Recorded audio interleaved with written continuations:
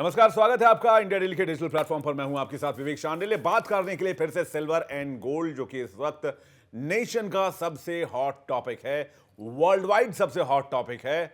और ऐसा लग रहा है कि हम हिंदुस्तानी चांदी के चक्रव्यूह में फंस गए हैं। ऐसा क्यों कह रहे हैं, इसके बारे में डिटेल से बातचीत करेंगे और साथ ही बात करेंगे चांदी का एक खेल आखिर कैसे चल रहा है, किस तरह से चल रहा है, कितना अप और डाउन है, और साथ ही साथ एस्ट्रोलॉजिकल पॉइंट ऑफ व्यू से चांदी का भविष्य क्या है, गोल्ड का भविष्य क्या है। जिस पर बातचीत करने के लिए हमारे साथ बेहद खास मेहमान मौजूद हैं, फाइनेंशियल एस्ट्रोलॉजर और फाइनेंस एक्सपर्ट हमारे साथ हेमा गुप्ता जी। बहुत बहुत स्वागत है हेमा गुप्ता जी, आप हमारे साथ एक बार फिर से जुड़ रही हैं।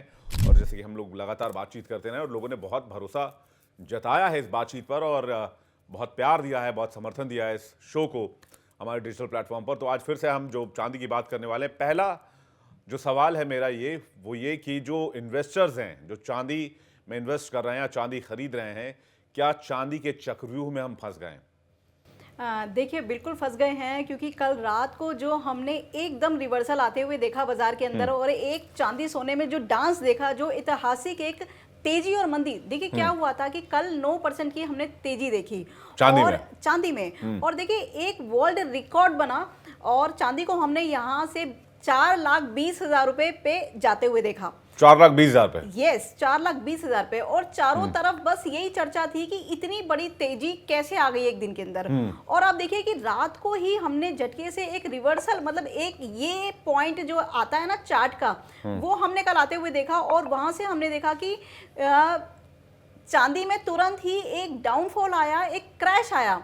और यस, एक क्रैश, मतलब जिसे कहते हैं ना फ्री फॉल, ब्लड बाथ, वो हमने देखा सिल्वर के अंदर कल रात को आते हुए। और 9% तेजी, मतलब मार्केट में चांदी का ब्लड बात हो गया। यस, चांदी भी और सोना भी। अच्छा। मतलब 9% की तेजी से हमने 9% मंदी में बाजार को कन्वर्ट होते हुए देखा। और मैं कहती हूँ कि मेरी 17-18 साल की जो एक्सपीरियंस है मार्केट को लेके, कम्युनिटी को लेके, उसमें पहला दिन था ये जो मैंने देखा इतनी बड़ी तेजी मंदी।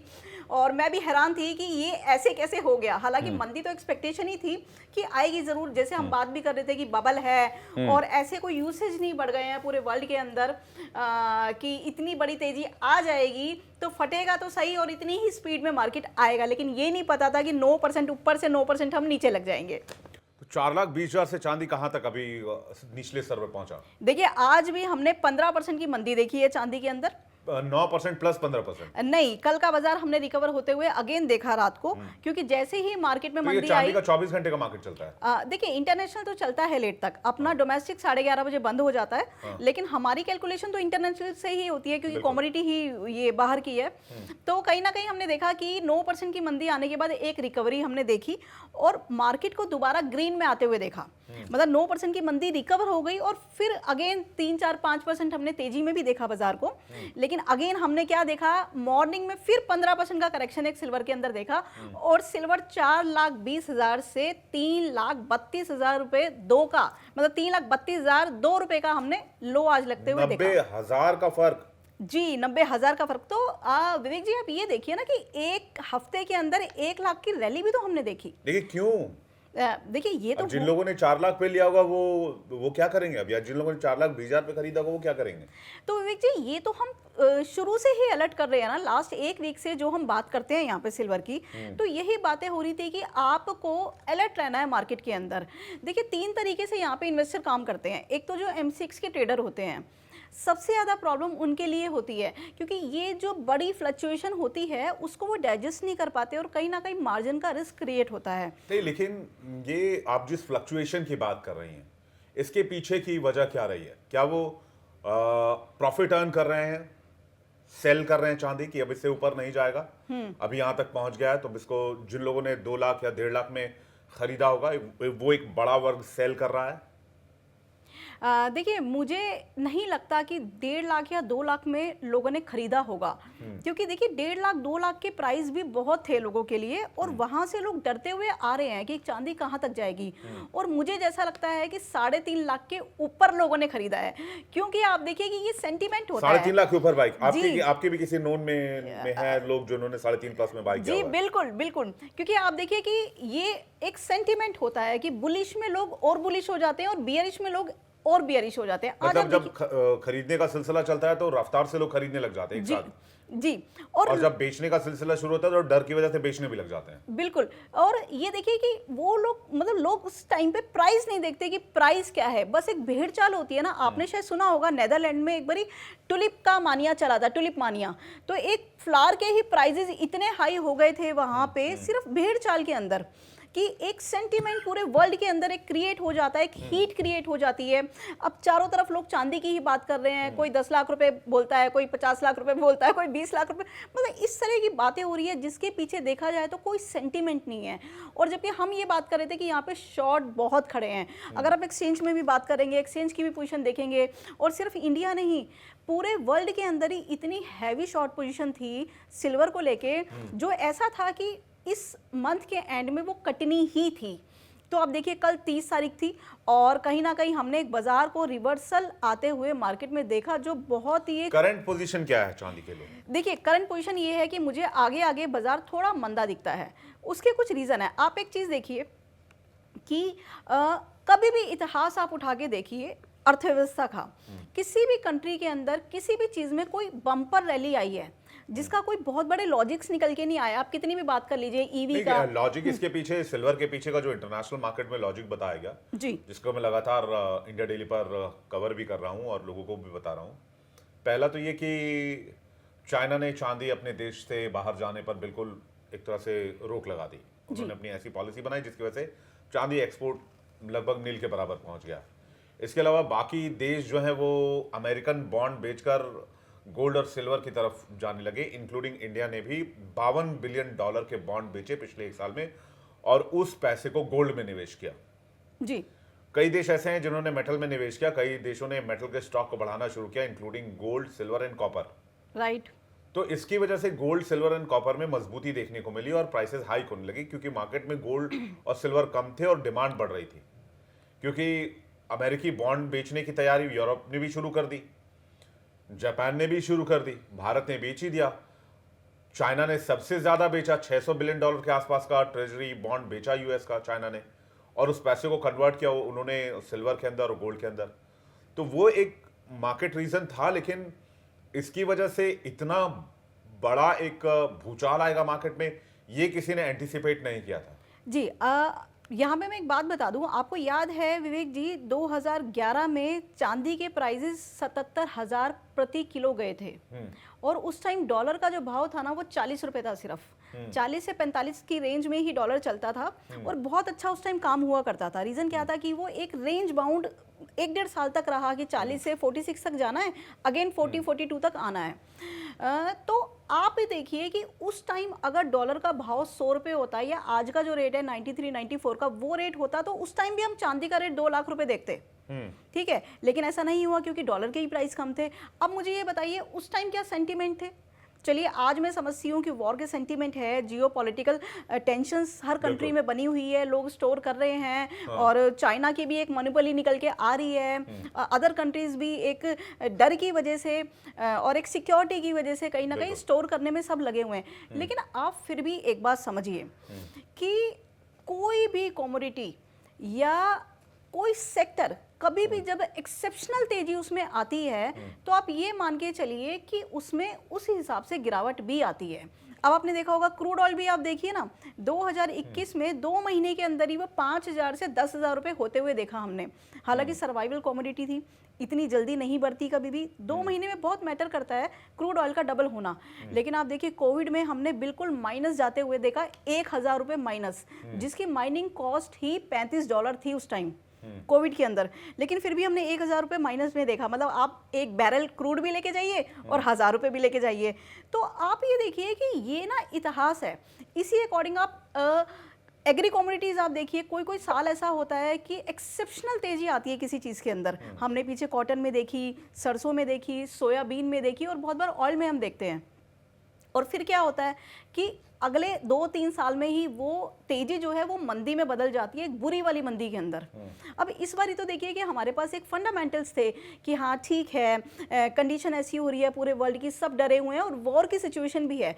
ये तो देखिए फैक्ट है, जब वॉर की सिचुएशन होती है तो गोल्ड के प्राइसेस हमेशा बढ़ते हैं और उसके पीछे पीछे सिल्वर भी बढ़ता है। लेकिन एक महीने के अंदर ये जो बम्पर तेजी आई, मैं तो ये कहती हूँ ये एस्ट्रोलॉजिकली उसके अलावा कोई रीजन उसके थे नहीं। लेकिन ठीक है, देखिए ग्रह भी क्या करते हैं, फंडामेंटल तो निकालते हैं ना, अफवाहें तो फैलाते हैं ना, तो एक डर का माहौल तो क्रिएट होता है ना। तो ये गोल्ड और सिल्वर में, स्पेशली सिल्वर में राइज के लिए मतलब किस तरह से स्टार्स अलाइन हुए, या कौन सा स्टार जिम्मेदार है, कौन सा ग्रह, कौन सा प्लैनेट जिम्मेदार है? देखिए एक तो बृहस्पति का जो पुनर्वसु में गोचर हुआ, अब चार्ट लगवाइए एक बारी गोल्ड का, ठीक है, तो जैसे ही पुनर्वसु में जो गोचर था वो एक्सपेक्टेड ही था कि गोल्ड में तो तेजी आनी है इस साल के अंदर। 2025 से ही हम लोग देख रहे हैं और 2025 से स्लोली देखिए क्या होता है, जब साइज छोटा होता है तो उसका 5% उसके अकॉर्डिंग होता है। बिल्कुल। आज बड़ा है तो उसका 5% उसके अकॉर्डिंग है। तो हम देख रहे हैं उसी रेशो में हम एक बढ़त तो कंटिन्यू देख ही रहे हैं बाजार के अंदर। और सिल्वर का जो मतलब रैली जो स्टार्ट हुई वो आप देखेंगे कि कर्क में जब मंगल आया और वो भी वक्री, कहते हैं मार्स जब वक्री होता है, रेट्रो होता है और डिपेंड कर यस, और कुछ सर्टेन जॉडिक के अंदर, ठीक है, और उसकी कुछ सर्टेन डिग्रीज भी है, तो वहां पे एक बड़ी तेजी बनती है बाजार के अंदर। तो हमने देखा कि वहां से एक सेंटीमेंट शुरू हुआ, उसके बाद सारे कॉम्बिनेशन। अब देखिए ना, इक्लिप्स इतना बड़ा काम करता है बाजार को बढ़ाने में, तो हमने देखा कि ये जो लास्ट इक्लिप्स लगा था 2025 में, हमने देखा कि उसके बाद आप ग्राफ लगा के देखिए सोने चांदी के, तो हमने एक बड़ी तेजी आती हुई देखी और इक्विटी मार्केट को डाउन आते हुए देखा। जैसे कि आपको याद है कि हमने लास्ट भी ये बात की थी इक्विटी में क्या होने वाला है, तो मैंने कहा था इक्विटी मार्केट डाउन जाएगी। बिल्कुल। तो आपने देखा कि कंटिन्यू वहां से हमने बाजार में तेजी नहीं देखी। देखिए 200-300 पॉइंट की तेजी कभी आ जाए निफ्टी में तो वो तेजी नहीं होती, वो यही है कि अगर आ गई तो वहां से फिर हमने बाजार को दोबारा फिसलते हुए भी देखा। लेकिन अब यहाँ पर लोग जो फंसे हों क्या करें? देखिए जिन्होंने हाई रेट पर खरीदा क्या वो वेट करें, जिन्होंने लो रेट पर खरीदा है क्या वो बेच लें, ये बेस्ट मौका है? ये दोनों सवाल मैं आपसे पूछ रहा हूँ क्योंकि मुझे लगता है कि जो व्यूअर्स इसको देख रहे होंगे और जो लोग गोल्ड और सिल्वर के, और खास करके सिल्वर के चक्रव्यूह में घिरे होंगे, वो दोनों सवाल जानना चाह रहे होंगे। तो मैं सीक्वेंसली दोनों सवाल के जवाब चाह रहा हूँ आपसे। देखिए खरीदा है, अब डिपेंड करता है आपकी फॉर्म क्या है खरीदने की। अगर आपने फिजिकल में खरीदा है तो कोई डरने वाली बात नहीं है, क्योंकि 2026 का जो साल है ना वो गोल्ड सिल्वर के लिए तेजी का साल है। बिल्कुल। ओवरऑल की अगर मैं बात करूं तो ठीक है, वैसे बीच बीच में तो ऐसे फिजिकली खरीदा है तो कोई प्रॉब्लम नहीं है, कोई प्रॉब्लम नहीं है। आपने ऑर्नामेंट्स लिए हैं, कोई प्रॉब्लम नहीं है उसमें। आपने ईटीएफ में लिया है तो कोई उसमें प्रॉब्लम नहीं है आपको, कोई डर वाली बात नहीं है। आपके पास है, अपना पैसा इन्वेस्टेड है तो आप उसको होल्ड कर सकते हैं, कोई इशू नहीं है। -1 लाख चल रहे हैं तो आदमी को बेचैनी तो लगी रहती है ना। आप बहुत संतुष्ट होकर बोल रही हैं, हो सकता है आपने अच्छा मुनाफा जो है वो कवर कर लिया हुआ। जिन लोगों के पैसे फंसे हैं वो क्या करें? हाँ, तो वही है कि इसमें डरने की ज़रूरत नहीं है। हालांकि फैब का मंथ थोड़ा मंदा रहने वाला है, क्योंकि देखिए कि माघ में ना हम एक तेजी देखते हैं, और माघ में जब नेक्स्ट मंथ स्टार्ट होता है तो ये कुछ रूल्स होते हैं, कुछ सूत्र है फाइनेंशियल एस्ट्रोलॉजी के, मैं बात करती हूँ इस पर कई बार। तो आप देखेंगे कि अब जैसे फैब का मंथ लगेगा, माघ की हम 15 डिग्री क्रॉस करेंगे सूर्य की, तो यहाँ पे एक हम मंदी भी आते हुए देखेंगे और तेजी के भी झटके देखेंगे। ऐसा नहीं है कि तेजी खत्म हो गई है, हमें ऐसे बहुत सारे दिन मिलेंगे अभी जहाँ पे एक दिन में हम अगेन 5% की 6% की तेजी देखेंगे, 10,000 15,000 सिल्वर को ऊपर नीचे देखेंगे, अप साइड भी देखेंगे। लेकिन जो एक रैली चल रही थी सिल्वर की, 5 लाख के फिगर को देख रहे हैं अभी हम। देखिए मुझे फैब में तो नज़र नहीं आती है फिगर, बिल्कुल भी नहीं दिखती। इनफैक्ट मुझे फैब में अगर मैं ओवरऑल फरवरी की बात करूँ तो मुझे डाउन दिखता है। 5 लाख तक आप ओवरऑल कितना डाउन देख रही हैं? मतलब एक आप वो दे दीजिए, आप मतलब फिगर दे दीजिए इतने से इतना तक का, हाँ। तो भी थोड़ा सा अनुमान हो जाए जी, फाइनेंशियल एस्ट्रोलॉजी के हिसाब से। मुझे 2,80,000 से 3 लाख सिल्वर अभी दिखती है डाउन साइड में। डाउन साइड में। और एवरेज रेट क्या चलने वाला है? अप डाउन मिला दें तो दोनों को जोड़ के उसका 3 लाख के अराउंड, 3,20,000 के अराउंड एवरेज रेट चलेगा। 280-320 के रेंज को पकड़ के चल सकते हैं जी, फेब में। जी फैब राइट। और अभी करंट प्राइस क्या चल रहा चांदी का? देखिए अभी है 3.5 लाख है प्राइस। यानी आप कह रहे हैं भी और फरवरी में और डिप के चांसेस हैं, और डिप के चांसेस लोग और मुनाफा रिकवर करेंगे। जी बिल्कुल। मतलब प्रॉफिट बुक करेंगे, राइट? प्रॉफिट बुक करेंगे और जिन्हें खरीदना है मैं आपसे ये कहूंगी कि अभी वेट कर लें, अभी वेट कर लें थोड़ा। कि 280 तक आप देख रही हैं फेब में। बिल्कुल। तो ये तो आप अच्छी खबर उन लोगों के लिए बता रही हैं जिन लोगों को अपने घरेलू पर्पस से चांदी खरीदना हो, तो वो लोग थोड़ा सा वेट कर सकते हैं। जी। अब मैं आपसे पूछ रहा था कि इसके लिए जो फेब में जो चार्ट बन रहा है सिल्वर के हिसाब से, इसके पीछे जो आप ये दावा कर रही हैं कि 280 से 320 का रेंज लेके चलिए आप फेब में, इसके पीछे कौन से प्लैनेट जिम्मेदार हैं? क्या कोई ट्रांजिट देख रही हैं आप? किसी ग्रह के ऊपर जाने की आप देख रही हैं स्थिति? देखिए क्या है कि जैसा कि मतलब हमने कई बार बात की है कि इस टाइम 4 प्लैनेट्स का क्लस्टर है कैप्रिकॉर्न में, मकर राशि के अंदर। तो मकर राशि क्या होती है ना, एक बहुत बड़ी तेजी और मंदी की राशि होती है। मतलब आप देखिए कि चर राशि है वो। चर का मतलब होता है कि चलना फिरना, चलते ही रहना, मतलब स्टेबिलिटी नहीं आएगी बाजार के अंदर। आप देखेंगे कि 2 दिन बाजार बहुत तेज हो गया और 2 दिन मंदा हो गया। आप देखिए ना कितनी बड़ी तेजी को हमने मंदी में कन्वर्ट होते हुए देखा। ठीक है, जब भी कैप्रिकॉर्न के अंदर प्लैनेट्स होते हैं, और स्पेशली ऐसा तो बहुत ही रेयर कंडीशन में होता है कि 4 प्लैनेट्स आपके इकट्ठे हो जाएं एक साथ, एक क्लस्टर बन जाए एक ही राशि के अंदर। जब हमने ये धनु राशि में देखा सजिटेरियस में 4 प्लैनेट्स का क्लस्टर, तो आपने देखा ही क्या हुआ। इक्विटी में हमने लाइफ टाइम हाई लगते हुए देखा, बहुत सारे सेक्टर्स को हमने ऊपर जाते हुए देखा, और प्लस में हमने गोल्ड सिल्वर की भी रैली देखी। लेकिन मैंने बार बार एक बात कही कि मकर राशि वैसे रिएक्ट नहीं करती, क्योंकि धनु क्या है ना, फायर साइन है। तो फायर साइन का मतलब होता है कि वो मंदी नहीं आने देता, जल्दी से तेजी ही आती है।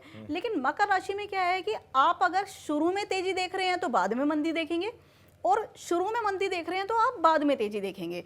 तो कहीं ना कहीं हमने देखा कि अभी 3 दिन बाद हम देखेंगे 2 तारीख को कि यहाँ से बुध गोचर करेंगे नेक्स्ट साइन में, मतलब एक्वेरियस में। कुंभ के अंदर हम बुध को जाते हुए देखेंगे, तो एक प्लैनेट तो निकल गया यहाँ से 4 में से। उसके बाद हम धीरे धीरे वीनस को भी एग्जिट होते हुए देखेंगे यहाँ से एक्वेरियस के अंदर। तो अगेन क्या होता है कि जब 4 प्लैनेट है तो उतना इंटेंस हो जाता है तेजी मंदी, और जैसे जैसे प्लैनेट्स यहाँ से मूव करते रहेंगे तो हम धीरे धीरे यहाँ पे मंदी आते हुए देखेंगे। चलिए, इस कैलकुलेशन के हिसाब से मैं आपके सामने रैपिड क्वेश्चन रखता हूँ फटाफट। मान लीजिए मैंने 4 लाख में चांदी बाई करी है 1 किलोग्राम जी, मुझे रुकना चाहिए या बेच देना चाहिए? देखिए मुझे नहीं लगता कि आपको बेच देना चाहिए, आपको नीचे से एवरेज करना चाहिए। थोड़ा वेट करिए, चांदी को नीचे आने थोड़ा दीजिए सा आप। खरीद के नीचे से एवरेज करें ताकि वो प्राइस डाउन हो, जिस प्राइस पॉइंट पे मैंने खरीदा है। जी, मान लीजिए 3.5 में मैंने खरीदा है, इसके बाद मुझे क्या करना चाहिए? मुझे लगता है कि आपको 70 से 80 हज़ार पॉइंट नीचे का वेट करना चाहिए। वहां पे थोड़ी सी पोजीशन और बनाइए आप, क्योंकि 2026 तेजी का है। 3 लाख के आसपास खरीदा है, प्लस माइनस 10-20। हाँ, तो फिर तो फायदे में ही हैं आप अभी, लेकिन एक बार निकल सकते हैं यहाँ पे। या थोड़ा सा वेट कर ले यहाँ पे भी। हाँ, वेट कर लीजिए, क्योंकि नेक्स्ट वीक जो है बजट का वीक है, उसमें 2 दिन बहुत बड़ी तेजी के हैं, उस पर भी चर्चा कर बजट लेंगे। के बाद? हाँ, बजट के बाद। तो क्या चांदी को लेकर कोई पॉलिसी अनाउंस हो सकती है जैसे चाइना ने किया है? देखिए मैं अभी पॉलिसी की बात नहीं कर रही हूँ। एस्ट्रोलॉजिकली 2 दिन हमें ऐसे कॉम्बिनेशन मिल रहे हैं नेक्स्ट वीक के अंदर जहाँ बाजार तेज रहेगा। मान लीजिए मैंने 2.5 में खरीदा, फिर क्या करें? 2.5 में खरीदा है तो अभी आप इसको रुकिए, क्योंकि अगर आप शॉर्ट टर्म ट्रेडर है तो जहां पे भी बेस्ट प्राइस मिलता है एग्जिट करिए। अगर आपने लॉन्ग टाइम व्यू से खरीदा है तो 2026 में एक बहुत बेटर प्राइजेस आपको मिलेंगे एग्जिट के लिए। और 2 लाख के आसपास लिया है तो? हाँ, तो अगेन वेट कीजिए। तो फिर वेट करना चाहिए। वेट करना चाहिए। ठीक है, गोल्ड का आप जल्दी से बता दिए, गोल्ड की चाल क्या कहती है? देखिए गोल्ड भी मुझे नीचे आता हुआ दिखता है फरवरी के अंदर, और गोल्ड में मुझे लगता है कि एक बारी 1,30,000 से 35,000 के लेवल्स हमें देखने को मिलेंगे 40,000 तक के। अभी जो प्राइस है हमने देखा कि आज की ही डेट में 15,000 रुपये नीचे आते हुए हमने गोल्ड को देखा, और 1,60,000 रुपये का प्राइस अभी ट्रेड हो रहा है मार्केट में। तो हमें लगता है कि एक बार 1,40,000 तक गोल्ड को आना चाहिए फैब में।